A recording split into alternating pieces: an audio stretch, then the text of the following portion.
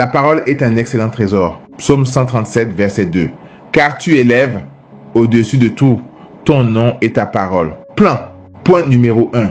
Pour que la parole soit vraiment pour nous un grand trésor, il faut lire ou écouter la parole avec une foi qui touche Jésus.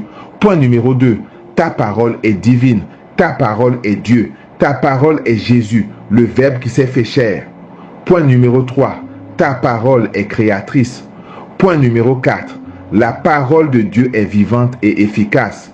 Elle est puissance de Dieu pour le salut de quiconque croit. Point numéro 5. La parole de Dieu est un médicament.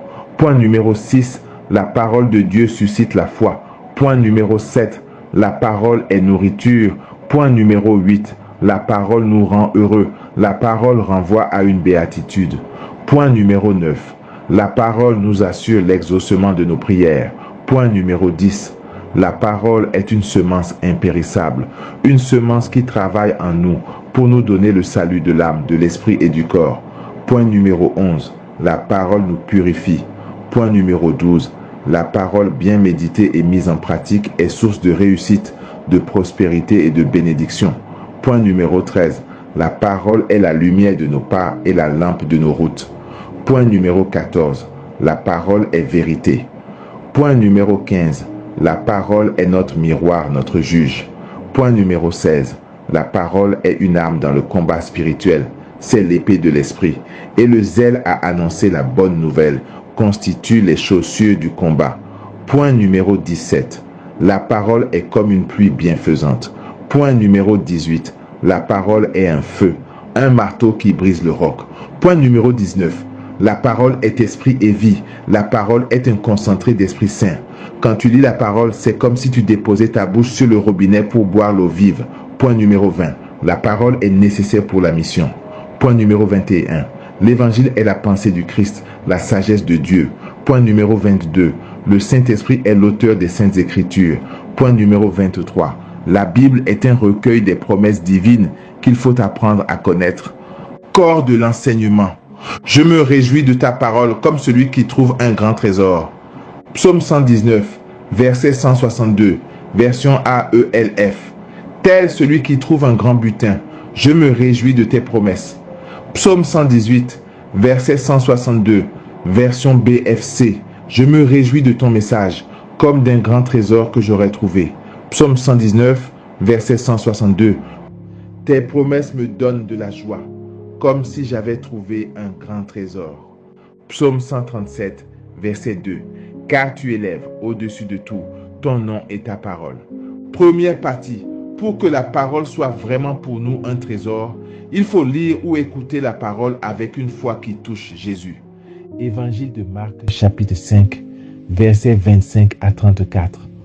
Or, une femme qui avait des pertes de sang depuis 12 ans, elle avait beaucoup souffert du traitement de nombreux médecins et elle avait dépensé tous ses biens sans avoir la moindre amélioration. Au contraire, son état avait plutôt empiré. Cette femme donc, ayant appris ce qu'on disait de Jésus, vint par derrière dans la foule et toucha son vêtement. Elle se disait en effet, « Si je parviens à toucher seulement son vêtement, je serai sauvée. » À l'instant, l'hémorragie s'arrêta et elle ressentit dans son corps qu'elle était guérie de son mal. Aussitôt, Jésus se rendit compte qu'une force était sortie de lui. Il se retourna dans la foule et il demandait, « Qui a touché mes vêtements ?» Ses disciples lui répondirent, « Tu vois bien la foule qui t'écrase et tu demandes, « Qui m'a touché ?» Mais lui regardait tout autour pour voir celle qui avait fait cela. Alors la femme, saisie de crainte et toute tremblante, sachant ce qui lui était arrivé, vint se jeter à ses pieds et lui dit toute la vérité. Jésus lui dit alors, « Ma fille, ta foi t'a sauvée, va en paix et sois guérie de ton mal. » Dans cette foule qui écrase Jésus, qui touche Jésus, il n'y avait que cette femme qui souffrait de perte de sang depuis 12 ans, dont Jésus a senti le toucher et qui elle a été instantanément guérie. Quelques chapitres plus tard, les gens ont compris qu'en touchant Jésus, on pouvait être guéri. Évangile de Marc chapitre 6 verset 56. Et dans tous les endroits où il se rendait, dans les villages, les villes ou les campagnes, on déposait les infirmes sur les places. Il le suppliait de leur laisser toucher ne serait-ce que la frange de son manteau. Et tous ceux qui la touchèrent étaient sauvés. Jésus a dit à Jaïr, à qui on venait d'annoncer la mort de sa fillette: ne crains pas, crois seulement. Deuxième partie. Ta parole est divine, ta parole est Dieu, ta parole est Jésus, le Verbe qui s'est fait chair. Évangile de Jean, chapitre 1, versets 1 à 3, puis verset 14, version BFC. Au commencement de toutes choses, la parole existait déjà. Celui qui est la parole était avec Dieu, et il était Dieu. Il était donc avec Dieu au commencement. Dieu a fait toutes choses par lui. Rien n'a été fait sans lui. Celui qui est la parole est devenu un homme et il a vécu parmi nous, plein de grâce et de vérité. Nous avons vu sa gloire, la gloire que le Fils unique reçoit du Père. Seigneur, nous avons vraiment soif des grâces et de la vérité contenue dans ta parole. Troisième partie. Ta parole est créatrice. Livre de la Genèse, chapitre 1, versets 1 à 3. Au commencement, Dieu créa le ciel et la terre. La terre était informe et vide. Les ténèbres étaient au-dessus de l'abîme et le souffle de Dieu planait au-dessus des eaux. Dieu dit que la lumière soit et la lumière fut. C'est avec l'Esprit créateur et la parole que Dieu a créé le monde. Évangile de Jean, chapitre 1, verset 3.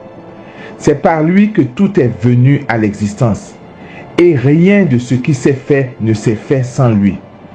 C'est cette même parole qui est entrée en œuvre avec le Saint-Esprit par le prophète Ézéchiel pour transformer les ossements desséchés en une armée qui s'est mise debout.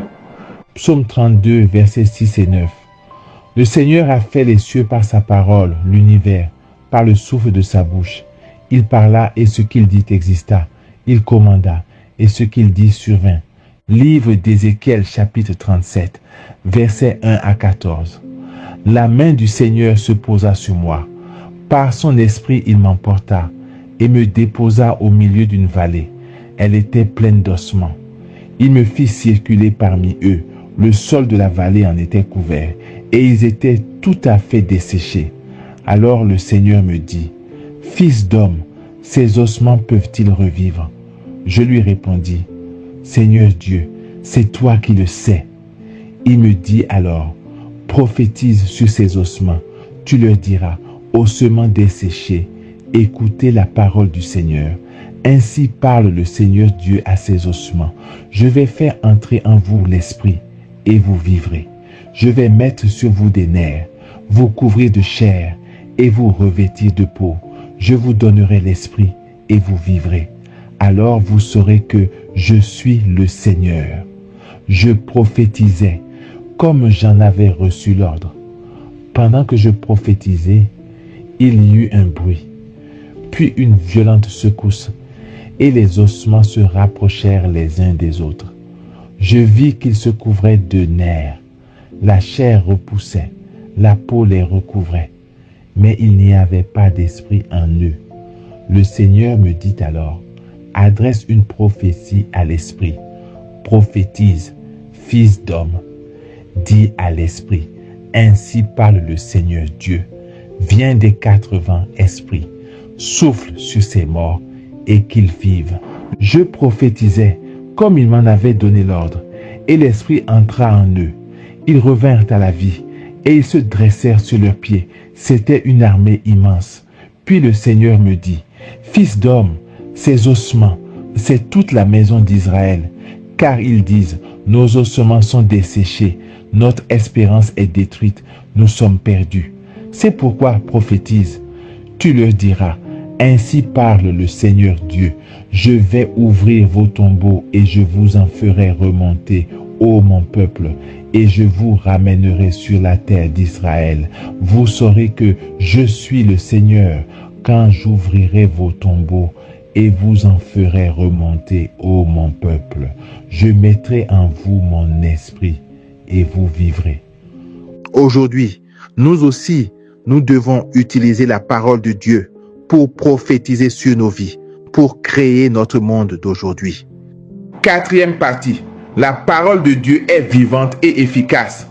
Elle est puissance de Dieu pour le salut de quiconque croit.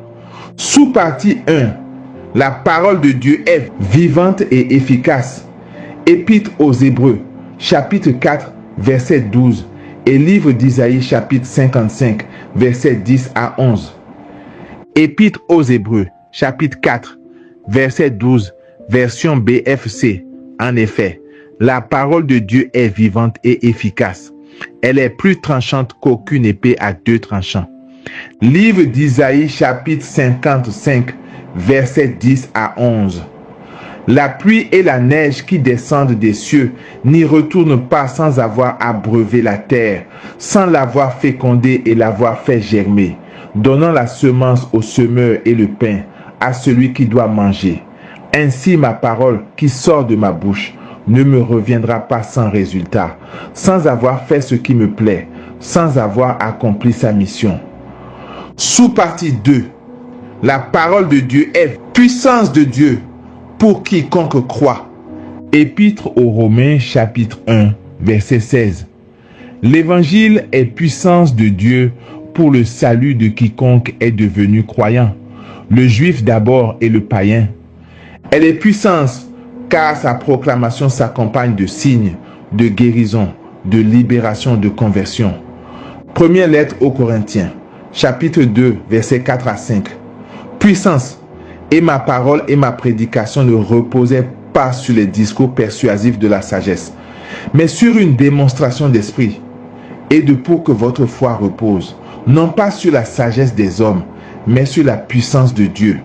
Première lettre aux Corinthiens, chapitre 4, versets 18 à 20. Pensant que je n'allais pas venir chez vous, quelques-uns se sont gonflés d'orgueil. Or, je viendrai bientôt chez vous, si le Seigneur le veut, et je prendrai connaissance, non pas de ce que disent ces gens gonflés d'orgueil, mais des actes dont ils sont capables. Car le royaume de Dieu ne consiste pas dans la parole, mais en puissance, dans la capacité d'agir. Première lettre aux Thessaloniciens, chapitre 1, verset 5. En effet, notre annonce de l'évangile n'a pas été chez vous simple parole, mais puissance, action de l'Esprit Saint, pleine certitude. Évangile de Marc, chapitre 16, verset 20. Quant à eux, ils s'en allèrent proclamer partout l'évangile. Le Seigneur travaillait avec eux et confirmait la parole par les signes qui l'accompagnaient. Évangile de Matthieu, chapitre 8, versets 8 et 16. Le centurion reprit, « Seigneur, je ne suis pas digne que tu entres sous mon toit, mais dis seulement une parole et mon serviteur sera guéri. » Évangile de Matthieu, chapitre 8, versets 16 à 17. Le soir venu, on présenta à Jésus beaucoup de possédés. D'une parole, il expulsa les esprits, et tous ceux qui étaient atteints d'un mal, il les guérit, pour que soit accomplie la parole prononcée par le prophète Isaïe. Il a pris nos souffrances, il a porté nos maladies. Évangile de Marc, chapitre 5, versets 41 à 42. Il saisit la main de l'enfant et lui dit, « Talitha koum », ce qui signifie, « Jeune fille, je te le dis, lève-toi ». Aussitôt la jeune fille se leva et se mit à marcher. « Talitha koum », au nom de Jésus, je me lève de toute maladie, de tout problème, de toute misère spirituelle ou corporelle. Évangile de Jean, chapitre 11, versets 43 à 44. Cela dit, il cria très fort, « Lazare, sors de là !» Le mort sortit. Évangile de Marc, chapitre 1, verset 39. Et il parcourut toute la Galilée, proclamant l'évangile dans leur synagogue et expulsant les démons. Première lettre de Jean, chapitre 2, verset 14. Jeunes gens, vous êtes forts, la parole de Dieu demeure en vous, vous avez vaincu le mauvais. Je déclare que la parole de Dieu est proclamée ici, et nous avons vaincu la maladie, l'infirmité, le mauvais, Satan, les esprits mauvais, esprits d'infimité et de maladie, les esprits de pauvreté et de retard au nom de Jésus. La parole de Dieu entraîne des conversions. Actes des apôtres, chapitre 2, versets 40 et 1. Alors, ceux qui avaient accueilli la parole de Pierre furent baptisés. Ce jour-là, environ 3000 personnes se joignirent à eux. Cinquième partie. La parole de Dieu est un médicament. Livre des Proverbes, chapitre 4, versets 20 à 22, version Bible de Jérusalem. Mon fils, sois attentif à mes paroles, à mes discours, prête l'oreille, qu'ils n'échappent pas à tes regards, au fond du cœur garde-les, car pour qui les trouve, ils sont vie et santé pour toute chair. Je déclare que ta parole me donne la vie et la santé parfaite. Mon fils, sois attentif à mes paroles, prête l'oreille à mes propos. Ne les perds pas de vue, garde-les au profond de ton cœur. Pour qui les trouve, ils sont la vie, la guérison de son être de chair. Livre de la sagesse, chapitre 16, verset 12. Ni plante ni pommade ne fut leur remède, mais ta parole, Seigneur, elle qui guérit tout. Je déclare que ta parole me guérit totalement maintenant. À répéter 7 fois. Sixième partie. La parole de Dieu suscite la foi. Épître aux Romains, chapitre 10, verset 17. Or la foi naît de ce que l'on entend. Et ce que l'on entend, c'est la parole du Christ. Psaume 77. Les fils d'Éphraïm, archers d'élite, se sont enfuis le jour du combat. Ils n'ont pas gardé l'alliance de Dieu. Ils refusaient de suivre sa loi. Ils avaient oublié ses exploits, les merveilles dont ils furent les témoins. Devant leur père, il accomplit un miracle en Égypte, au pays de Tanis. Il fend la mer, il les fait passer, dressant les eaux comme une digue. Le jour, il les conduit par la nuée, et la nuit par la lumière d'un feu. Il fend le rocher du désert, les désaltère aux eaux profondes. De la roche, il tire des ruisseaux, qu'il fait dévaler comme un fleuve. Mais il péchait encore contre lui. Dans les lieux arides, il bravait le Très-Haut. Ils tentaient le Seigneur dans leur cœur. Ils réclamèrent de manger à leur faim. Ils s'en prennent à Dieu et demandent, Dieu peut-il apprêter une table au désert? Sans doute, il a frappé le rocher. L'eau a jailli, elle coule à flot. Mais pourra-t-il nous donner du pain et procurer de la viande à son peuple? Alors le Seigneur entendit et s'emporta. Il s'enflamma de fureur contre Jacob. Sa colère monta contre Israël, car il n'avait pas foi en Dieu. Il ne croyait pas qu'il les sauverait. Il commande aux nuées là-haut. Il ouvre les écluses du ciel. Pour les nourrir, il fait pleuvoir la manne. Il leur donne le froment du ciel. Chacun se nourrit du pain des forts. Il les pourvoit de vivres à satiété. Dans le ciel, il pousse le vent d'est et lance le grand vent du midi. Sur eux, il fait pleuvoir une nuée d'oiseaux, autant de viande que de sable au bord des mers. Elle s'abat au milieu de leur camp, tout autour de leur demeure. Ils mangent, ils sont rassasiés. Dieu contentait leur envie. Mais leur envie n'était pas satisfaite. Ils avaient encore la bouche pleine. Quand s'éleva la colère de Dieu, il frappe les plus vaillants d'entre eux et terrasse la jeunesse d'Israël. Et pourtant, ils péchaient encore. Ils n'avaient pas foi en ses merveilles. D'un souffle, il achève leurs jours et leurs années en un moment. Quand Dieu les frappait, ils le cherchaient. Ils revenaient et se tournaient vers lui. Ils se souvenaient que Dieu est leur rocher et le Dieu très haut, leur rédempteur. Mais de leur bouche, ils le trompaient, de leur langue, ils lui mentaient. Leur cœur n'était pas constant envers lui. Ils n'étaient pas fidèles à son alliance. Et lui, miséricordieux, au lieu de détruire, il pardonnait maintes fois. Il retint sa colère au lieu de réveiller sa violence. Il se rappelait, ils ne sont que chair, un souffle qui s'en va sans retour. que de fois au désert, ils l'ont bravé, offensé dans les solitudes. De nouveau, ils tentaient Dieu, ils attristaient le Saint d'Israël. Ils avaient oublié ce jour où sa main les sauva de l'adversaire.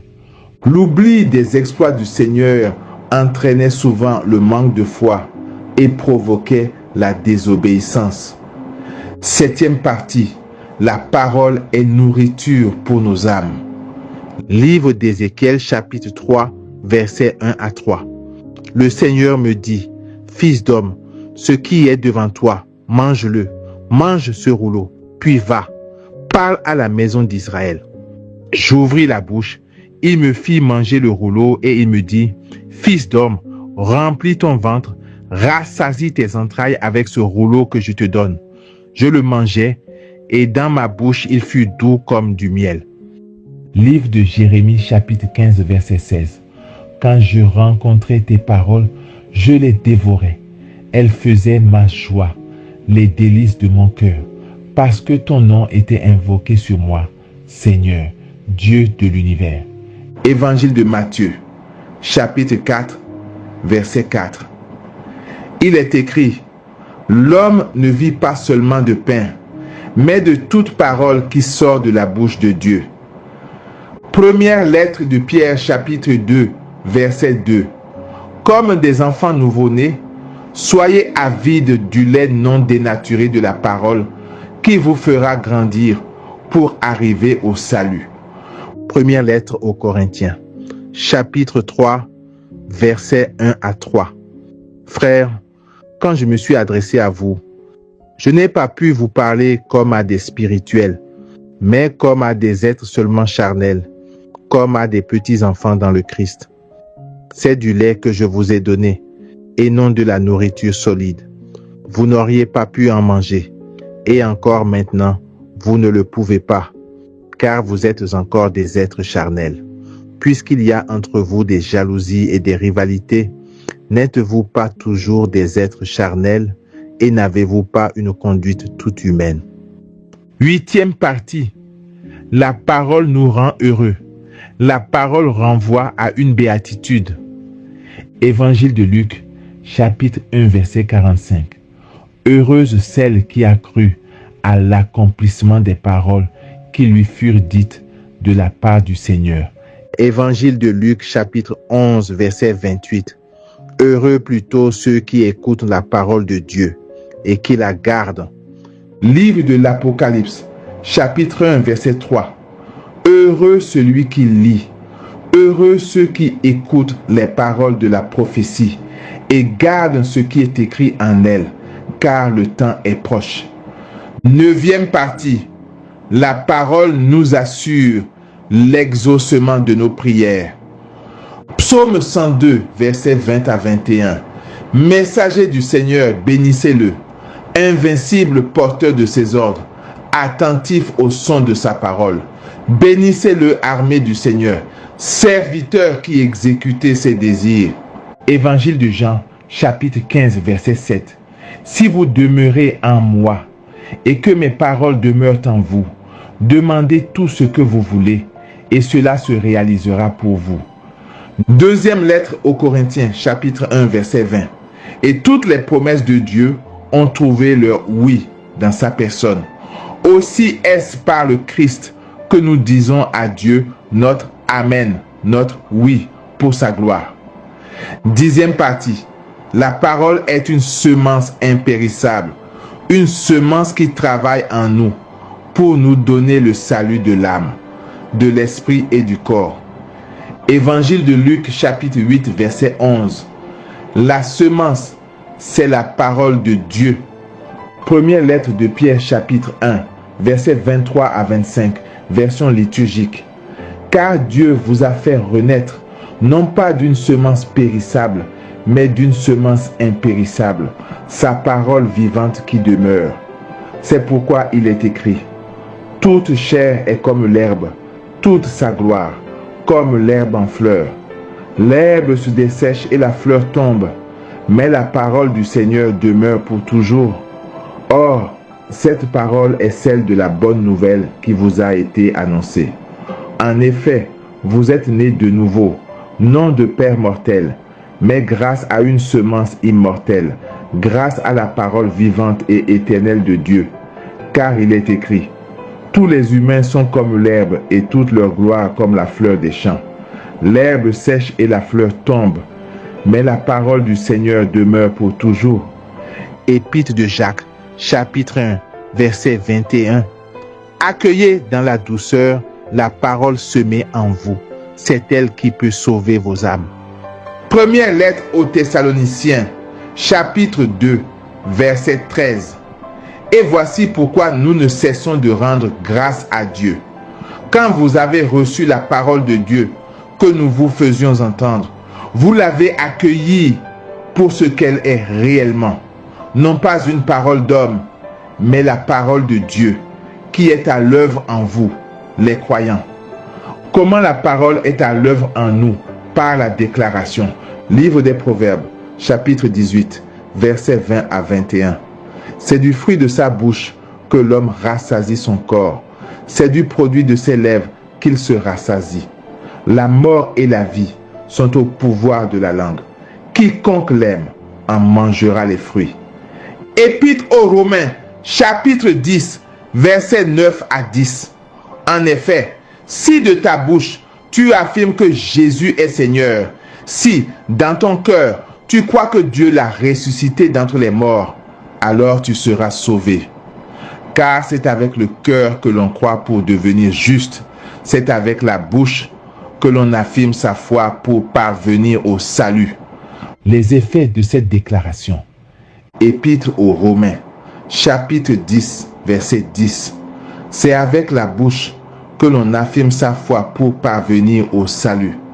Épître de Jacques, chapitre 1, verset 20 et 1.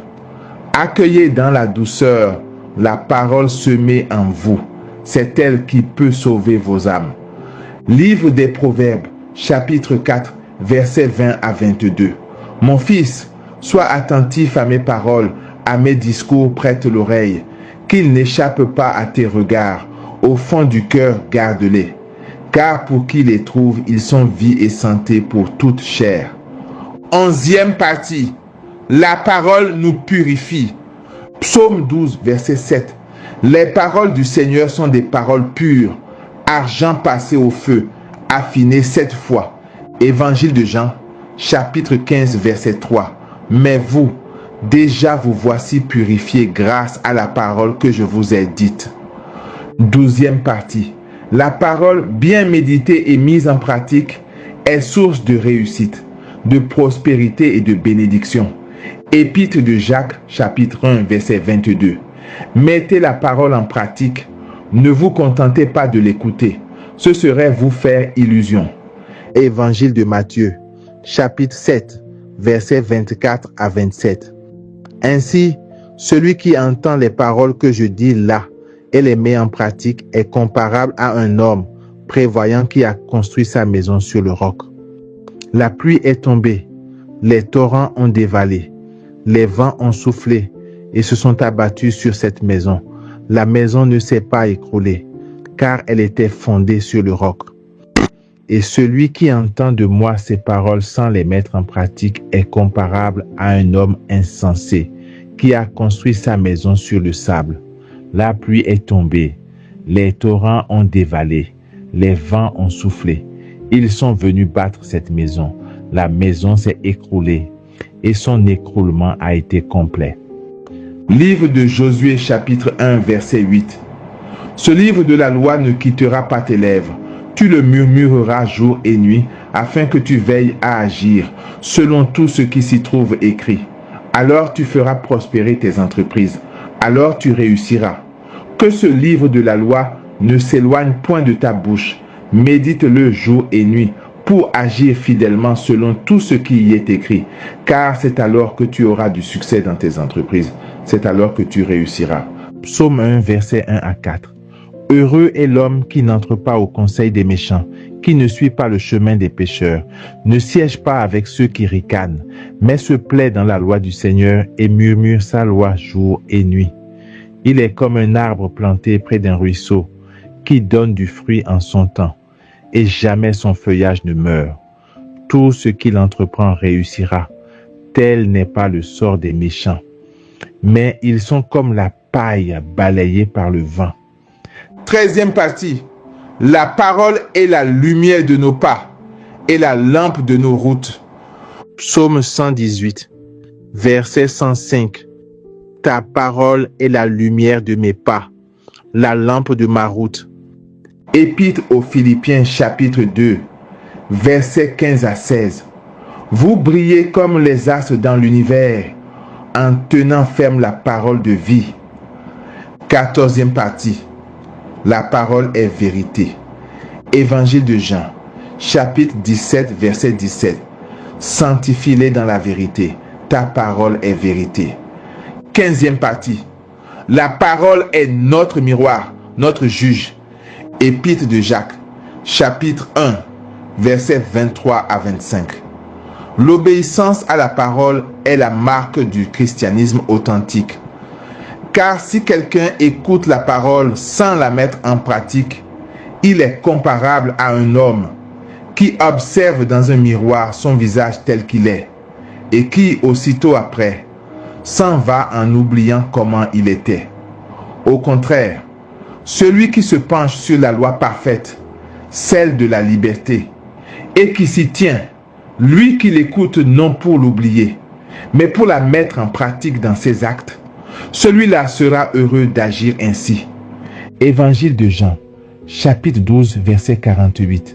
Celui qui me rejette et n'accueille pas mes paroles aura pour le juger la parole que j'ai prononcée. C'est elle qui le jugera au dernier jour. Épître aux Hébreux chapitre 4, verset 12. En effet, la parole de Dieu est vivante et efficace. Elle est plus tranchante qu'aucune épée à deux tranchants. Elle pénètre jusqu'au point où elle sépare âme et esprit, jointure et moelle. Elle juge les désirs et les pensées du cœur humain. 16e partie. La parole est une arme dans le combat spirituel. C'est l'épée de l'esprit. Et le zèle à annoncer la bonne nouvelle constitue les chaussures du combat. Épître aux Éphésiens, chapitre 6, versets 15 et 17. Mettez comme chaussure le zèle à annoncer la bonne nouvelle de la paix. Acceptez le salut comme casque et la parole de Dieu comme épée donnée par l'Esprit Saint. 17e partie. La parole est comme une pluie bienfaisante. Livre du Deutéronome chapitre 32, versets 1 à 2, version BFC. Ciel, prête l'oreille à mes paroles. Terre, écoute mes déclarations. Mes instructions ruissellent comme une pluie bienfaisante sur les plantes. Mes enseignements se répandent comme la rosée sur l'herbe des champs. Livre d'Isaïe chapitre 55, versets 10 à 11, version AELF. La pluie et la neige qui descendent des cieux n'y retournent pas sans avoir abreuvé la terre, sans l'avoir fécondée et l'avoir fait germer, donnant la semence au semeur et le pain à celui qui doit manger. Ainsi ma parole qui sort de ma bouche ne me reviendra pas sans résultat, sans avoir fait ce qui me plaît, sans avoir accompli sa mission. 18e partie. La parole est un feu, un marteau qui brise le roc.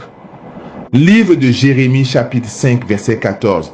Voici que je fais de mes paroles un feu dans ta bouche. Livre de Jérémie chapitre 23 verset 29. Ma parole n'est-elle pas comme un feu, oracle du Seigneur, comme un marteau qui fracasse le roc? Évangile de Luc chapitre 24 verset 32. Ils se dirent l'un à l'autre, notre cœur n'était-il pas brûlant en nous, tandis qu'il nous parlait sur la route et nous ouvrait les Écritures? 19e partie. La parole est esprit et vie. La parole est un concentré d'Esprit Saint. Quand tu lis la parole, c'est comme si tu déposais ta bouche sur le robinet pour boire l'eau vive. Livre d'Ézéchiel, chapitre 2, versets 1 à 3. Elle me dit, fils d'homme, tiens-toi debout, je vais te parler. À cette parole, l'Esprit vint en moi et me fit tenir debout. J'écoutais celui qui me parlait. Il me dit, Fils d'homme, je t'envoie vers les fils d'Israël, vers une nation rebelle qui s'est révoltée contre moi. Jusqu'à ce jour, eux et leur père se sont soulevés contre moi. Évangile de Jean, chapitre 6, verset 63. C'est l'esprit qui fait vivre. La chair n'est capable de rien. Les paroles que je vous ai dites sont esprit et elles sont vie. Actes des apôtres, chapitre 10, verset 44. Pierre parlait encore quand l'Esprit Saint descendit sur tous ceux qui écoutaient la parole. 20e partie. La parole est nécessaire pour la mission. Évangile de Marc, chapitre 16, versets 15 à 20. Puis il leur dit, « Allez dans le monde entier, proclamez l'évangile à toute la création. Celui qui croira et sera baptisé sera sauvé. Celui qui refusera de croire sera condamné. Voici les signes qui accompagneront ceux qui deviendront croyants. En mon nom, ils expulseront les démons. Ils parleront en langue nouvelle. Ils prendront des serpents dans leurs mains. Et s'ils boivent un poison mortel, il ne leur fera pas de mal. Ils imposeront les mains aux malades, et les malades s'en trouveront bien. » Le Seigneur Jésus, après leur avoir parlé, fut enlevé au ciel et s'assit à la droite de Dieu. Quant à eux, ils s'en allèrent proclamer partout l'Évangile. Le Seigneur travaillait avec eux et confirmait la parole par les signes qui l'accompagnaient. Livre d'Ézéchiel chapitre 3, versets 1 à 4. Le Seigneur me dit, « Fils d'homme, ce qui est devant toi, mange-le, mange ce rouleau, puis va, parle à la maison d'Israël. » J'ouvris la bouche, il me fit manger le rouleau et il me dit, « Fils d'homme, remplis ton ventre, rassasie tes entrailles avec ce rouleau que je te donne. » Je le mangeai, et dans ma bouche il fut doux comme du miel. Il me dit alors, « Debout, fils d'homme, va vers la maison d'Israël et dis-lui mes paroles. » Première lettre aux Corinthiens, chapitre 9, versets 16 à 17. En effet, annoncer l'évangile, ce n'est pas là pour moi un motif de fierté. C'est une nécessité qui s'impose à moi. Malheur à moi si je n'annonçais pas l'évangile. Certes, si je le fais de moi-même, je mérite une récompense. Mais je ne le fais pas de moi-même. C'est une mission qui m'est confiée. Épître aux Romains, chapitre 1, versets 14 à 15. J'ai des devoirs envers tous, grecs et non grecs, savants et ignorants. De là cet élan qui me pousse à vous annoncer l'évangile, à vous aussi qui êtes à Rome. Épître aux Romains, chapitre 10, versets 13 à 15. En effet, quiconque invoquera le nom du Seigneur sera sauvé. Or, comment l'invoquer si on n'a pas mis sa foi en lui? Comment mettre sa foi en lui si on ne l'a pas entendu? Comment entendre si personne ne proclame? Comment proclamer sans être envoyé? Il est écrit, comme ils sont beaux, les pas des messagers qui annoncent les bonnes nouvelles. Deuxième lettre à Timothée, chapitre 4, versets 2 et 5.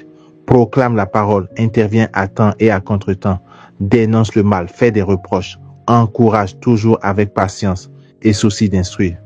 Mais toi, en toutes choses, garde la mesure, supporte la souffrance, fais ton travail d'évangélisateur, accomplis jusqu'au bout ton ministère.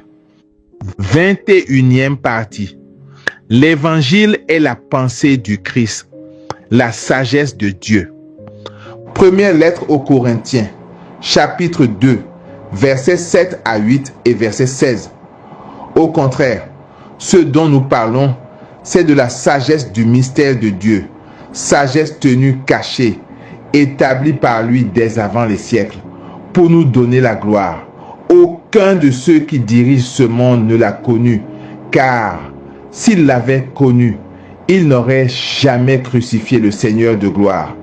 Car il est écrit, « Qui a connu la pensée du Seigneur et qui pourra l'instruire ?» Eh bien nous avons la pensée du Christ. Deuxième lettre à Timothée, chapitre 3, verset 15. « Depuis ton plus jeune âge, tu connais les saintes écritures. Elles ont le pouvoir de te communiquer la sagesse en vue du salut par la foi que nous avons en Jésus-Christ. » 22e partie. Le Saint-Esprit est l'auteur des saintes écritures. Épître aux Hébreux, chapitre 3, verset 7. C'est pourquoi, comme le dit l'Esprit Saint dans un psaume. Deuxième lettre à Timothée, chapitre 3, versets 15 à 17. Depuis ton plus jeune âge, tu connais les saintes écritures. Elles ont le pouvoir de te communiquer la sagesse en vue du salut par la foi que nous avons en Jésus-Christ. Toute l'écriture est inspirée par Dieu.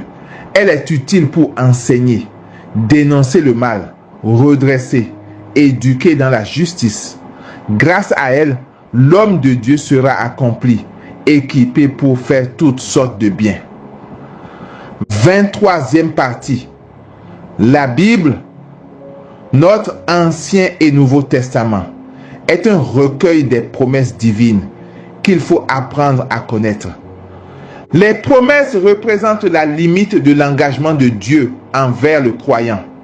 Dieu ne s'engage que sur ce qu'il a promis. Il est donc important, en présentant nos prières à Dieu, de rattacher à chacune de nos besoins la promesse qu'il a faite de satisfaire à ce besoin en particulier. Il faut connecter chaque pétition au verset qui vous garantit que Dieu agira. Les promesses par rapport à tous nos besoins, à nos besoins de guérison, de victoire, de prospérité, de bénédiction, d'exaucement de nos prières, à nos besoins relatifs à nos familles, à nos besoins spirituels, sainteté, humilité, Esprit Saint, sont dans la parole de Dieu. Psaume 88, versets 35 à 36. Jamais je ne violerai mon alliance, ne changerai un mot de mes paroles. Je l'ai juré une fois sur ma sainteté. Non, je ne mentirai pas à David. Livre des Nombres, chapitre 23, verset 19. Dieu n'est point un homme pour mentir, ni fils d'un homme pour se repentir. Ce qu'il a dit, ne le fera-t-il pas? Ce qu'il a déclaré, ne l'exécutera-t-il pas? Livre de Josué, chapitre 14. Moi, je m'en vais aujourd'hui par le chemin de tout le monde. Vous vous reconnaissez de tout votre cœur et de toute votre âme qu'aucun des engagements pris par le Seigneur votre Dieu en votre faveur n'est resté sans effet. Pour vous, tous ces engagements se sont réalisés. Aucun d'eux n'est resté sans effet. Deuxième livre des Chroniques, chapitre 6, verset 15. Ce que tu as déclaré de ta bouche, tu l'accomplis en ce jour par ta puissance. Deuxième lettre aux Corinthiens, chapitre 1, verset 20. Et toutes les promesses de Dieu ont trouvé leur oui dans sa personne. Aussi est-ce par le Christ que nous disons à Dieu notre Amen, notre oui pour sa gloire. Psaume 32, versets 6 et 9. Le Seigneur a fait les cieux par sa parole, l'univers par le souffle de sa bouche. Il parla, et ce qu'il dit exista. Il commanda, et ce qu'il dit survint. Psaume 137, verset 2. Je mets à genoux devant ton temple saint. Je te dis merci pour ton amour et ta fidélité. Oui, tu as tenu tes promesses au-dessus de ce que nous attendions de toi. Première partie. Besoin de toutes sortes. Point numéro 1. Psaume 22, verset 1. Le Seigneur est mon berger. Je ne manque de rien. Point numéro 2. Psaume 19, versets 5 et 6. Qu'il te donne à la mesure de ton cœur, qu'il accomplisse tous tes projets. Nous acclamerons ta victoire en arborant le nom de notre Dieu. Le Seigneur accomplira toutes tes demandes. Point numéro 3. Psaume 36, versets 3 à 4. Fais confiance au Seigneur, agis bien, habite la terre et reste fidèle. Mets ta joie dans le Seigneur, il comblera les désirs de ton cœur. Point numéro 4. Évangile de Matthieu, chapitre 6, verset 8. Votre Père sait de quoi vous avez besoin, avant même que vous l'ayez demandé. Point numéro 5. Évangile de Matthieu, chapitre 6, versets 31 à 34. Ne vous faites donc pas tant de soucis. Ne dites pas, qu'allons-nous manger? Ou bien, qu'allons-nous boire? Ou encore, avec quoi nous habiller. Tout cela, les païens le recherchent. Mais votre Père céleste sait que vous en avez besoin. Cherchez d'abord le royaume de Dieu et sa justice, et tout cela vous sera donné par surcroît. Ne vous faites pas de soucis pour demain. Demain aura souci de lui-même. À chaque jour suffit sa peine. Point numéro 6. Deuxième lettre aux Corinthiens, chapitre 9, versets 6 et 8. Sachez-le, celui qui sème peu moissonnera peu, et celui qui sème abondamment moissonnera abondamment. Et Dieu peut vous combler de toutes sortes de grâces, afin que, possédant toujours en toutes choses de quoi satisfaire à tous vos besoins, vous ayez encore en abondance pour toute bonne œuvre. Point numéro 7. Lettre aux Philippiens chapitre 4, versets 6 à 7. Ne vous inquiétez de rien, mais en toutes choses faites connaître vos besoins à Dieu par des prières et des supplications, avec des actions de grâce. Et la paix de Dieu, qui surpasse toute intelligence, gardera vos cœurs et vos pensées en Jésus-Christ. Point numéro 8. Lettre aux Philippiens chapitre 4 verset 19. Et mon Dieu comblera tous vos besoins selon sa richesse, magnifiquement dans le Christ Jésus. Deuxième partie, besoin de bénédiction. Point numéro 1. Livre des Nombres chapitre 6 versets 24 à 27. Que le Seigneur te bénisse et te garde. Que le Seigneur fasse briller sur toi son visage, qu'il te prenne en grâce. Que le Seigneur tourne vers toi son visage, qu'il t'apporte la paix. Ils invoqueront ainsi mon nom sur les fils d'Israël, et moi, je les bénirai. Point numéro 2. Livre de la Genèse, chapitre 12, versets 2 à 3. Je ferai de toi une grande nation, je te bénirai, je rendrai grand ton nom, et tu deviendras une bénédiction. Je bénirai ceux qui te béniront. Celui qui te maudira, je le réprouverai. En toi seront bénies toutes les familles de la terre. Point numéro 3. Livre de la Genèse, chapitre 22, verset 17. Je te comblerai de bénédictions. Je rendrai ta descendance aussi nombreuse que les étoiles du ciel et que le sable au bord de la mer. Et ta descendance occupera les places fortes de ses ennemis. Point numéro 4. Livre de la Genèse, chapitre 26, verset 3. Je serai avec toi et je te bénirai. Point numéro 5. Livre de la Genèse, chapitre 39, verset 5. Dès que l'Égyptien eut confié cette charge à Joseph, le Seigneur bénit sa maison à cause de Joseph. Et la bénédiction du Seigneur s'étendit sur tout ce que possédait l'Égyptien, sa maison et ses champs. Point numéro 6. Livre de la Genèse, chapitre 32, verset 13. Or toi, tu m'as dit, je te comblerai de bienfaits, je rendrai ta descendance comme le sable de la mer, qu'on ne peut dénombrer tant il y en a. Point numéro 7. Livre du Deutéronome, chapitre 7, versets 12 à 15. Et parce que vous aurez écouté ces ordonnances, que vous les aurez gardées et mises en pratique, le Seigneur ton Dieu te gardera l'alliance et la fidélité qu'il a jurée à tes pères. Il t'aimera, il te bénira, il te multipliera. Il bénira le fruit de ton sein et le fruit de ton sol, ton froment, ton vin nouveau, ton huile fraîche, la portée de tes vaches et de tes brebis, sur la terre qu'il a juré à tes pères de te donner. Béni seras-tu plus que tous les peuples. Pas de stérilité chez toi, ni pour les hommes, ni pour les femmes, ni pour le bétail. Le Seigneur détournera de toi toute maladie. Ces funestes épidémies que tu as connues en Égypte, il ne te les infligera pas, mais il en frappera tous ceux qui te haïssent. Troisième partie, besoin d'exaucement de nos prières. Point numéro 1. Livre d'Isaïe, chapitre 65, verset 24. Avant qu'ils m'invoquent, je répondrai. Avant qu'ils aient cessé de parler, j'exaucerai. Psaume 4, verset 4. Le Seigneur entend quand je crie vers lui. Psaume 6, verset 10. Le Seigneur entend ma prière. Point numéro 2. Évangile de Matthieu, chapitre 7, versets 7 et 11. Demandez, on vous donnera. Cherchez, vous trouverez. Frappez, on vous ouvrira.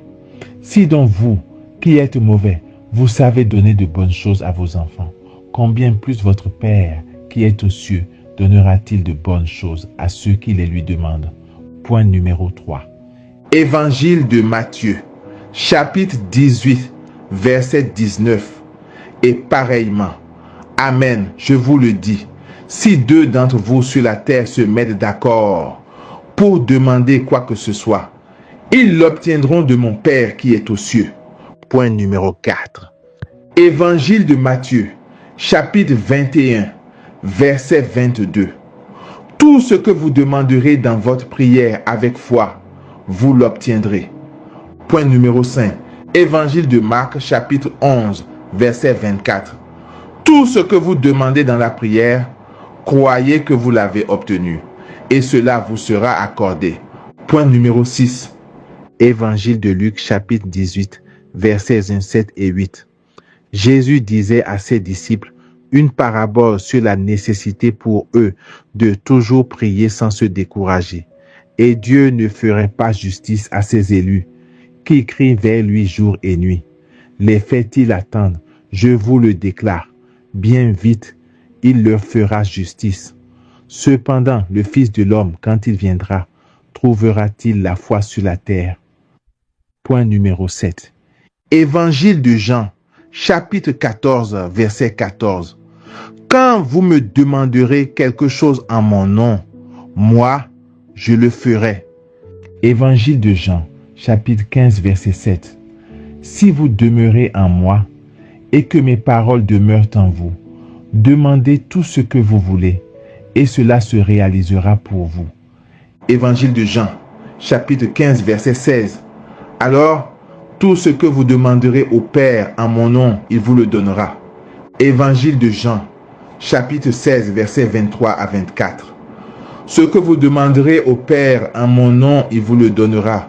Jusqu'à présent, vous n'avez rien demandé en mon nom. Demandez et vous recevrez. Ainsi, votre joie sera parfaite. Quatrième partie. Besoin de victoire sur l'ennemi. Point numéro 1. Livre de l'Exode, chapitre 23, verset 22. Je serai l'ennemi de tes ennemis et l'adversaire de tes adversaires. Point numéro 2. Livre du Deutéronome, chapitre 28, verset 7.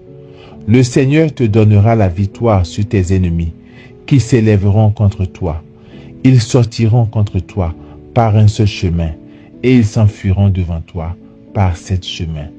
Point numéro 3. Premier livre de Samuel, chapitre 17, versets 45 à 51. David lui répondit, « Tu viens contre moi avec épée, lance et javelot, mais moi, je viens contre toi avec le nom du Seigneur des armées, le Dieu des troupes d'Israël que tu as défié.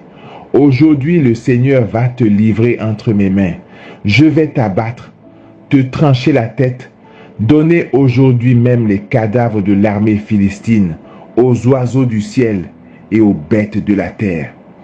Toute la terre saura qu'il y a un Dieu pour Israël, et tous ces gens rassemblés sauront que le Seigneur ne donne la victoire ni par l'épée ni par la lance, mais que le Seigneur est maître du combat et qu'il vous livre entre nos mains. » Goliath s'était dressé, s'était mis en marche et s'approchait à la rencontre de David.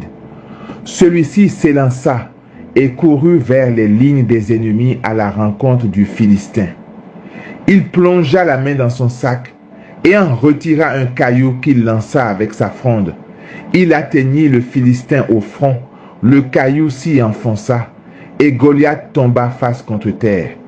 Ainsi David triompha du Philistin avec une fronde et un caillou.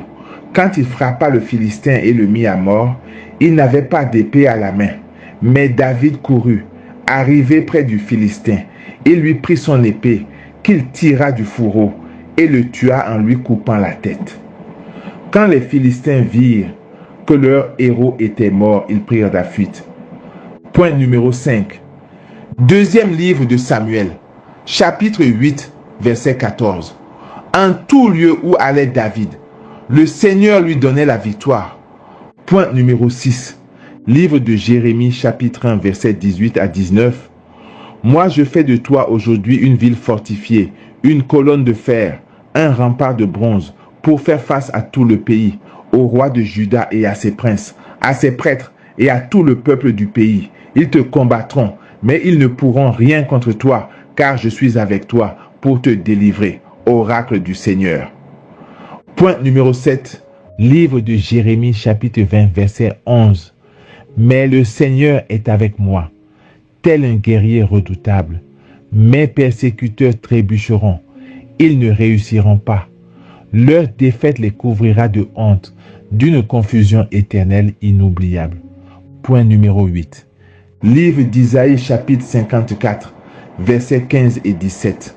Quiconque s'en prend à toi, devant toi tombera. Toute arme forgée contre toi restera inefficace. Toute langue qui te citera au tribunal, tu la condamneras. Telle est la part des serviteurs du Seigneur. Telle est la justice qui leur viendra de moi. Oracle du Seigneur. Point numéro 9. Psaume 67, versets 20 à 21. Que le Seigneur soit béni. Jour après jour, ce Dieu nous accorde la victoire. Le Dieu qui est le nôtre est le Dieu des victoires. Point numéro 10. Lettre aux Romains, chapitre 8, versets 31 et 37. Que dire de plus? Si Dieu est pour nous, qui sera contre nous? Mais en tout cela, nous sommes les grands vainqueurs grâce à celui qui nous a aimés. Mais dans toutes ces choses, nous sommes plus que vainqueurs par celui qui nous a aimés. Point numéro 11. Première lettre de Jean, chapitre 4, verset 4. Vous, petits enfants, vous êtes de Dieu et vous avez vaincu ces gens-là, car celui qui est en vous est plus grand que celui qui est dans le monde. Point numéro 12. Livre de l'Apocalypse, chapitre 17, verset 14. Ils feront la guerre à l'agneau, et l'agneau les vaincra car il est Seigneur des seigneurs et Roi des rois. Et les siens, les appelés, les élus, les fidèles vaincront avec lui. Point numéro 13. Psaume 43, verset 8. Tu nous as donné de vaincre l'adversaire. Tu as couvert notre ennemi de honte. Psaume 137, verset 7 à 8. Ta main s'abat sur mes ennemis en colère. Ta droite me rend vainqueur. Point numéro 14. Évangile de Luc, chapitre 10, verset 19. Écoutez, je vous ai donné le pouvoir de marcher sur les serpents et les scorpions et d'écraser toute la puissance de l'ennemi, et rien ne pourra vous faire du mal. Lettre aux Romains, chapitre 16, verset 20. Alors, sans délai, le Dieu de la paix écrasera Satan sous vos pieds. Cinquième partie. Besoin de prospérité. Point numéro 1. Évangile de Matthieu, chapitre 6, versets 31 à 34. Ne vous faites donc pas tant de soucis. Ne dites pas, qu'allons-nous manger? Ou bien, qu'allons-nous boire? Ou encore, avec quoi nous habiller? Tout cela, les païens le recherchent. Mais votre Père céleste sait que vous en avez besoin. Cherchez d'abord le royaume de Dieu et sa justice, et tout cela vous sera donné par surcroît. Ne vous faites pas de soucis pour demain. Demain aura souci de lui-même. À chaque jour suffit sa peine. Point numéro 2. Deuxième lettre aux Corinthiens, chapitre 9, versets 6 et 8. Rappelez-vous le proverbe, à semer trop peu, on récolte trop peu, à semer largement, on récolte largement. Et Dieu est assez puissant pour vous donner toute grâce en abondance, afin que vous ayez en toutes choses et toujours tout ce qu'il vous faut, et même que vous ayez en abondance de quoi faire toutes sortes de biens. Point numéro 3. Troisième lettre de Jean, verset 2. Bien-aimé, je souhaite que tu prospères à tous égards et sois en bonne santé, comme prospère l'état de ton âme. Point numéro 3. Livre d'Isaïe, chapitre 60, verset 11. On tiendra toujours tes portes ouvertes, elles ne seront jamais fermées, ni de jour ni de nuit, afin qu'on fasse entrer chez toi les richesses des nations, et les rois avec leur suite. Point numéro 4. Livre des Proverbes, chapitre 11, verset 25. Une personne généreuse deviendra prospère. Qui donne à boire sera lui-même désaltéré.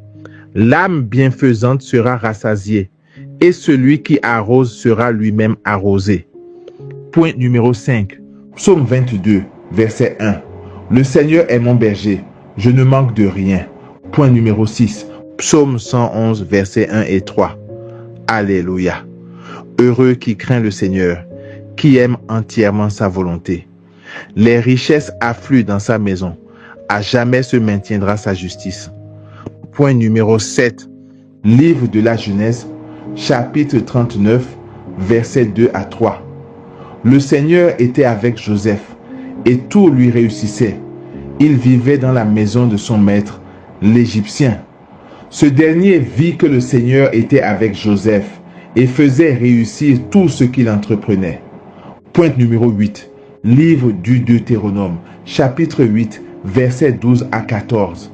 Quand tu auras mangé et seras rassasié, quand tu auras bâti de belles maisons et que tu les habiteras, quand tu auras vu se multiplier ton gros et ton petit bétail, ton argent, ton or et tous tes biens, n'en tire pas orgueil et n'oublie pas le Seigneur ton Dieu qui t'a fait sortir du pays d'Égypte, de la maison d'esclavage. Point numéro 9. Livre du Deutéronome, chapitre 28, verset 8. Le Seigneur ordonnera que la bénédiction soit avec toi dans tes greniers et en toutes tes entreprises. Point numéro 10. Livre du Deutéronome, chapitre 28, versets 12 à 13. Le Seigneur ouvrira pour toi son beau trésor, le ciel pour donner la pluie à ton pays au temps favorable et bénir ainsi toute œuvre de ta main. Tu prêteras à beaucoup de nations et toi tu n'emprunteras pas. Le Seigneur te mettra à la tête et non pas en queue. Tu ne feras que monter, tu ne descendras pas, si tu écoutes les commandements du Seigneur ton Dieu, que je te donne aujourd'hui à garder et à mettre en pratique. Point numéro 11. Livre du Deutéronome, chapitre 30, versets 9 à 10. Le Seigneur votre Dieu vous accordera le succès dans tout ce que vous entreprendrez. Vous aurez de nombreux enfants, vos bêtes auront de nombreux petits, et vos récoltes seront abondantes. En effet, autant le Seigneur s'est plu à faire du bien à vos ancêtres, autant il se plaira à vous en faire, si vous lui obéissez et mettez en pratique les commandements et les prescriptions contenues dans le présent livre de la loi, et si vous revenez à lui de tout votre cœur et de toute votre âme. Point numéro 12. Premier livre des Chroniques, chapitre 4, verset 10. Jabez prononça cette prière. Dieu d'Israël, accorde-moi ta bénédiction, augmente mes possessions, étends sur moi ta main protectrice et éloigne de moi le malheur et la souffrance. Dieu lui accorda ce qu'il avait demandé. Point numéro 13. Premier livre des Chroniques, chapitre 29, verset 12. La richesse et la gloire viennent de ta face. C'est toi, le maître de tout, dans ta main, force et puissance. Tout par ta main grandit et s'affermit. Deuxième livre des Chroniques, chapitre 26, verset 5. Tout le temps qu'il rechercha le Seigneur, Dieu le fit réussir, le fit prospérer. Point numéro 14. Deuxième livre des Chroniques, chapitre 32, versets 27 à 29. Ézéchias eut richesse et gloire en très grande abondance. Il amassa des trésors, argent, or, pierres précieuses, aromates, boucliers et toutes sortes d'objets précieux. Il eut des entrepôts pour ses provisions de froment, de vin nouveau et d'huile fraîche, des étables pour toute espèce de bétail et des troupeaux pour ses parcs. Il se construisit des villes. Il eut de nombreux troupeaux de petits et de gros bétail, car Dieu lui avait donné de très grands biens. Sixième partie. Besoin de guérison. Point numéro 1. Livre de l'Exode. Chapitre 15, verset 26. Je suis le Seigneur, celui qui te guérit. Point numéro 2. Livre de l'Exode, chapitre 23, versets 25 à 26. Vous adorerez le Seigneur votre Dieu. Il bénira ton pain et ton eau, et j'écarterai de toi la maladie. Aucune femme de ton pays n'aura de fausses couches ou ne sera stérile, et je laisserai s'accomplir le nombre de tes jours. Point numéro 3. Livre du Deutéronome, chapitre 7, verset 15. Le Seigneur détournera de toi toute maladie. Point numéro 4. Livre de Malachie, chapitre 3, verset 20. Mais pour vous qui craignez mon nom, le soleil de justice se lèvera. Il apportera la guérison dans son rayonnement. Vous sortirez en bondissant, comme de jeunes veaux à la pâture. Point numéro 5. Livre d'Isaïe, chapitre 33, verset 24. Aucun de ceux qui demeurent là ne dira plus « Je suis malade ». Le peuple qui habite Jérusalem sera déchargé de sa faute. Point numéro 6. Livre de Jérémie, chapitre 33, verset 6. Voici, je lui donnerai la guérison et la santé. Point numéro 7. Livre de la sagesse, chapitre 16, verset 12. Ni plante ni pommade ne fut leur remède, mais ta parole, Seigneur, elle qui guérit tout. Point numéro 8. Psaume 27, verset 7. Le Seigneur m'a guéri, ma chair a refleuri, mes chants lui rendent grâce. Point numéro 9. Psaume 29, verset 3. Quand j'ai crié vers toi, Seigneur, mon Dieu, tu m'as guéri. Point numéro 10. Psaume 102, verset 3. Car il pardonne toutes tes offenses et te guérit de toute maladie. Point numéro 11. Psaume 106, verset 20. Il envoie sa parole, il les guérit. Il arrache leur vie à la fosse. Point numéro 12. Psaume 117, verset 17. Non, je ne mourrai pas. Je vivrai pour annoncer les actions du Seigneur.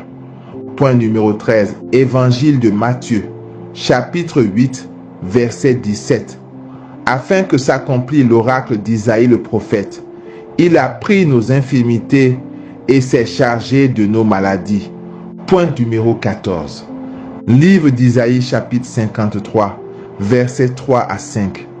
Méprisé, abandonné des hommes, homme de douleur, familier de la souffrance, il était pareil à celui devant qui on se voile la face, et nous l'avons méprisé, compté pour rien. En fait, c'était nos souffrances qu'il portait, nos douleurs dont il était chargé. Et nous pensions qu'il était frappé, meurtri par Dieu, humilié. Or, c'est à cause de nos révoltes qu'il a été transpercé, à cause de nos fautes qu'il a été broyé. Le châtiment qui nous donne la paix a pesé sur lui. Par ses blessures, nous sommes guéris. Première lettre de Pierre, chapitre 2, verset 24. Dans son propre corps, il a porté nos péchés sur la croix, afin que nous mourions au péché et que nous vivions d'une vie juste. C'est par ces blessures que vous avez été guéris. 7e partie. Besoin de l'Esprit Saint. Point numéro 1. Livre de Joël, chapitre 3, verset 1. Alors, après cela, je répandrai mon esprit sur tout être de chair. Vos fils et vos filles prophétiseront. Vos anciens seront instruits par des songes et vos jeunes gens par des visions. Livre des Actes des Apôtres, chapitre 2, verset 33. Élevé par la droite de Dieu, il a reçu du Père l'Esprit Saint qui était promis, et il l'a répandu sur nous, ainsi que vous le voyez et l'entendez. Lettre à Tite, chapitre 3, verset 6. Cet esprit, Dieu l'a répandu sur nous en abondance, par Jésus-Christ, notre Sauveur. Point numéro 2. Livre d'Ézéchiel, chapitre 36, verset 27. Je mettrai en vous mon esprit, je ferai que vous marchiez selon mes lois, que vous gardiez mes préceptes et leur soyez fidèles. Point numéro 3. Évangile de Luc, chapitre 24, verset 49. Et moi, je vais envoyer sur vous ce que mon Père a promis. Quant à vous, demeurez dans la ville jusqu'à ce que vous soyez revêtus d'une puissance venue d'en haut. Livre des Actes des Apôtres, chapitre 1, verset 8. Mais vous recevrez une puissance, le Saint-Esprit survenant sur vous, et vous serez mes témoins à Jérusalem, dans toute la Judée, dans la Samarie et jusqu'aux extrémités de la terre. Point numéro 4. Évangile de Jean, chapitre 16, verset 7. Cependant, je vous dis la vérité. Il vous est avantageux que je m'en aille, car si je ne m'en vais pas, le consolateur ne viendra pas vers vous. Mais si je m'en vais, je vous l'enverrai. Point numéro 5. Première lettre aux Corinthiens, chapitre 12, verset 11. Mais celui qui agit en tout cela, c'est l'unique et même esprit. Il distribue ses dons, comme il le veut, à chacun en particulier. Point numéro 6. Évangile de Luc, chapitre 4, verset 1. Jésus, rempli d'Esprit Saint, quitta les bords du Jourdain. Dans l'Esprit, il fut conduit à travers le désert. Évangile de Jean, chapitre 3, verset 34. En effet, celui que Dieu a envoyé dit les paroles de Dieu, car Dieu lui donne l'Esprit sans mesure. Point numéro 7. Acte 2, versets 1 à 4. Quand arriva le jour de la Pentecôte, au terme des 50 jours, ils se trouvaient réunis tous ensemble. Soudain, un bruit survint du ciel, comme un violent coup de vent. La maison où ils étaient assis en fut remplie tout entière. Alors leur apparurent des langues qu'on aurait dites de feu, qui se partageaient, et il s'en posa une sur chacun d'eux. Tous furent remplis d'Esprit Saint. Ils se mirent à parler en d'autres langues, et chacun s'exprimait selon le don de l'Esprit. Livre des Actes des Apôtres, chapitre 2, verset 4. Tous furent remplis d'Esprit Saint. Livre des Actes des Apôtres, chapitre 4, versets 29 à 31 et 33. Et maintenant, Seigneur, sois attentif à leurs menaces. Donne à ceux qui te servent de dire ta parole avec une totale assurance. Étends donc ta main pour que se produisent guérison, signes et prodiges par le nom de Jésus, ton saint, ton serviteur. Quand ils eurent fini de prier, le lieu où ils étaient réunis se mit à trembler. Ils furent tous remplis du Saint-Esprit et ils disaient la parole de Dieu avec assurance. C'est avec une grande puissance que les apôtres rendaient témoignage de la résurrection du Seigneur Jésus, et une grâce abondante reposait sur eux tous. Livre des Actes des Apôtres, chapitre 4, verset 31. Quand ils eurent fini de prier, le lieu où ils étaient réunis se mit à trembler. Ils furent tous remplis du Saint-Esprit et ils disaient la parole de Dieu avec assurance. 8e partie. Besoin pour la famille. Point numéro 1. Livre de la Genèse, chapitre 2, versets 18 et 24. Le Seigneur Dieu dit, « Il n'est pas bon que l'homme soit seul. Je vais lui faire une aide qui lui correspondra. À cause de cela, l'homme quittera son père et sa mère, il s'attachera à sa femme, et tous deux ne feront plus qu'un. » Point numéro 2. Livre de la Genèse, chapitre 21, versets 1 à 2. Le Seigneur visita Sarah comme il l'avait annoncé. Il agit pour elle comme il l'avait dit. Elle devint enceinte et elle enfanta un fils pour Abraham dans sa vieillesse, à la date que Dieu avait fixée. Premier livre de Samuel, chapitre 1, verset 27. C'est pour obtenir cet enfant que je priais, et le Seigneur me l'a donné en réponse à ma demande. Évangile de Luc, chapitre 1, versets 13 et 25. L'ange lui dit, « Sois sans crainte, Zacharie, car ta supplication a été exaucée. Ta femme Élisabeth mettra au monde pour toi un fils, et tu lui donneras le nom de Jean. Voilà ce que le Seigneur a fait pour moi en ces jours où il a posé son regard pour effacer ce qui était ma honte devant les hommes. » Point numéro 3. Psaume 113. B. Versets 12 à 13. Le Seigneur se souvient de nous. Il bénira. Il bénira la famille d'Israël. Il bénira la famille d'Aaron. Il bénira tous ceux qui craignent le Seigneur, du plus grand au plus petit. Point numéro 4. Psaume 147, versets 13 à 14. Il a consolidé les barres de tes portes. Dans tes murs, il a béni tes enfants. Il fait régner la paix à tes frontières. et d'un pain de froment te rassasie. Point numéro 5. Livre des Proverbes, chapitre 22, verset 6. Instruis l'enfant selon la voie qu'il doit suivre, et quand il sera vieux, il ne s'en détournera pas. Point numéro 6. Psaume 127. Heureux qui craint le Seigneur et marche selon ses voies. Tu te nourriras du travail de tes mains. Heureux es-tu, à toi le bonheur. Ta femme sera dans ta maison comme une vigne généreuse, et tes fils autour de la table, comme des plants d'olivier. Voilà comment sera béni l'homme qui craint le Seigneur. De Sion, que le Seigneur te bénisse. Tu verras le bonheur de Jérusalem tous les jours de ta vie, et tu verras les fils de tes fils. Paix sur Israël. Point numéro 7. Première lettre aux Corinthiens, chapitre 7, versets 8 à 9. À ceux qui ne sont pas mariés et aux veuves, je déclare qu'il est bon pour eux de rester comme je suis. Mais s'ils ne peuvent pas se maîtriser, qu'ils se marient, car mieux vaut se marier que brûler de désir. Point numéro 8. Évangile de Matthieu, chapitre 19, verset 9. Or, je vous le dis, si quelqu'un renvoie sa femme, sauf en cas d'union illégitime, et qu'il en épouse une autre, il est adultère. Point numéro 9. Livre du Deutéronome, chapitre 4, verset 40.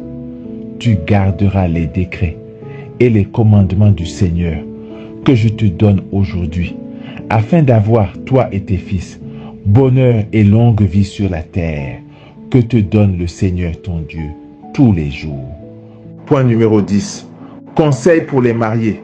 Première lettre aux Corinthiens, chapitre 7, versets 2 à 6 et 10 à 11. Cependant, étant donné les occasions de débauche, que chacun ait sa femme à lui, et que chacune ait son propre mari. Que le mari remplisse son devoir d'époux envers sa femme, et de même la femme envers son mari. Ce n'est pas la femme qui dispose de son propre corps, c'est son mari. Et de même, ce n'est pas le mari qui dispose de son propre corps, c'est sa femme. Ne vous refusez pas l'un à l'autre, si ce n'est d'un commun accord et temporairement, pour prendre le temps de prier et pour vous retrouver ensuite. Autrement, Satan vous tenterait, profitant de votre incapacité à vous maîtriser. Ce que je dis là est une concession et non un ordre. À ceux qui sont mariés, je donne cet ordre. Il ne vient pas de moi, mais du Seigneur.